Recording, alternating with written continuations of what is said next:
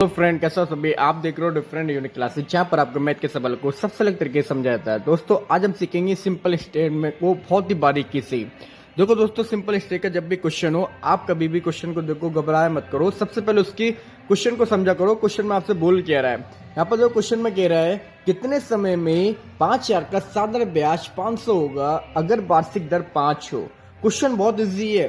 Question को बस किया इन्होंने घुमा के लिख दिया है। कभी कभी आपको समय लास्ट में पूछ लेते हैं कि 5,000 का 5% वार्षिक दर पर कितने समय में साधारण ब्याज 500 होगा। बहुत इजी क्वेश्चन हो। चलो इसको हम बारीकी समझते हैं। आपको करना क्या है, सबसे पहले आप समझो कि साधारण ब्याज आता कैसे है। जो आपको मेन वैल्यू होती है, जिस पर आपको ब्याज मिलता है या जिस पर ब्याज आपको देना पड़ता है, वो आपका होता है हमेशा आपका 100%।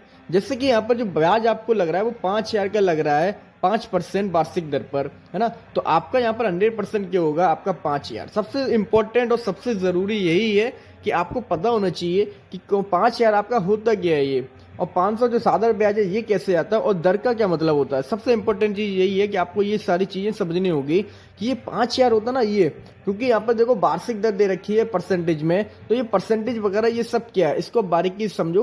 देखो जो मेन वैल्यू होती है आपकी, जिस पर ब्याज लगे या जिस पर ब्याज देना पड़े। कभी कभी क्वेश्चन में कह देते हैं ना ब्याज उसको देना पड़ेगा, कभी कह रहे उसको ब्याज मिल रहा है।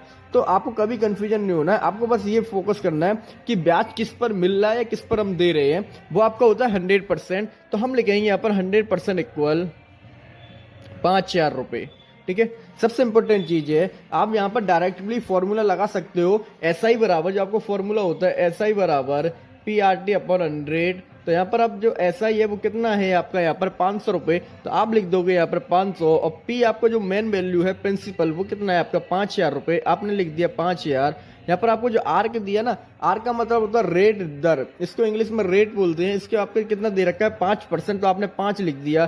टाइम आपसे पूछा है तो टाइम की जगह आप T लिख दोगे, क्योंकि टाइम को आपको पता ही नहीं, ये तो आपसे पूछ ही रहा है। अपॉन में आपका 100 है तो आपने 100 लिख दिया। अब यहाँ पे सॉल्व कैसे करो, 0 से आपके ये 0 कट हो गई। अब यहाँ पर आप देखो आपका यहाँ पर कितना बचा है 50 और मल्टी 5। ठीक है, आपको निकालना क्या है टाइम, और टाइम निकालने के लिए टाइम के साथ कुछ भी नहीं रहना चाहिए। अभी क्या है, टाइम के साथ ये T के साथ आपके 5 भी है और 50 भी है, और 5 और 50 दोनों ही क्या हो रहा है यहाँ पर मल्टी हो रहा है। इसको हम क्या करेंगे, इसको 75 करेंगे।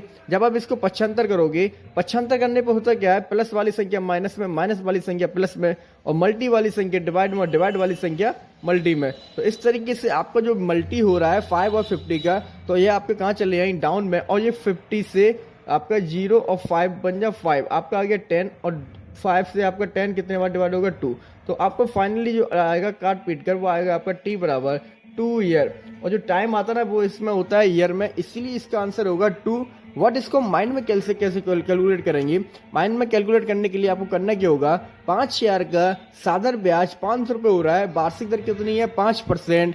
5% का मतलब क्या है, जितना आपको एक साल में देना पड़ रहा होगा, एक साल में 5% देना पड़ रहा है। दोस्तों आप इसको माइंड में कैसे कैलकुलेट करोगे, आपको इमेजिन करना पड़ेगा कि 5,000 आपको ब्याज लग रहा है 5,000 का, तो 5,000 आपका होगा कितना 100%, है ना। जब 100% आपका 5,000 होगा तो 1% निकालने की ट्रिक क्या होती है, 2 जीरो कम हो जाते हैं। जैसे कि 100 में आपका 1 कैसे आएगा, यहाँ पर आप 2 जीरो कम कर दोगे, आपका 1 आ गया। तो यहाँ पर भी आपको 2 जीरो कम करने पड़ेंगे, तो आपका रह गया 50।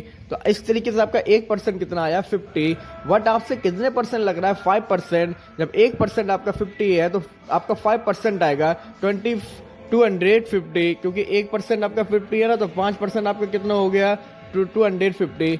और यहाँ पर आपको ब्याज लग रहा है, वो कितना लग रहा है आपसे 500 रुपए। एक साल में आपको जब 250 रुपए लग रहे हैं, 250 रुपए 250, तो आपको जब 1 ईयर में 250 लग रहा है, तो 500 कब लगेगा आपको 2 ईयर में। तो इस तरीके से आप अपने माइंड में भी कैलकुलेट कर सकते हो कि 500 रुपए जो है आपके कितने ईयर में लगेंगे 2 ईयर में। इसके आप फॉर्मूले से भी निकाल सकते हो।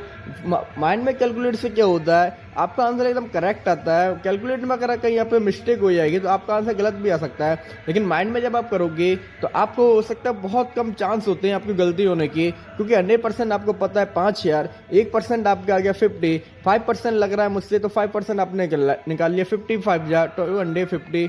इस तरीके से आपका 1 ईयर का निकल कर आया है 250, और आपसे कह रहा है 500 कितने टाइम लगेगा। जब 1 ईयर में आपके 250 लग रहा है, तो आपके 2 ईयर में कितना होगा आपका 500। दोस्तों इस तरीके से आप मैथ के सवालों को बहुत आसानी से इजीली से सॉल्व कर सकते हैं। अगर आपकी कोई भी प्रॉब्लम हो मैथ की तो आप पूछ सकते हो। ओके।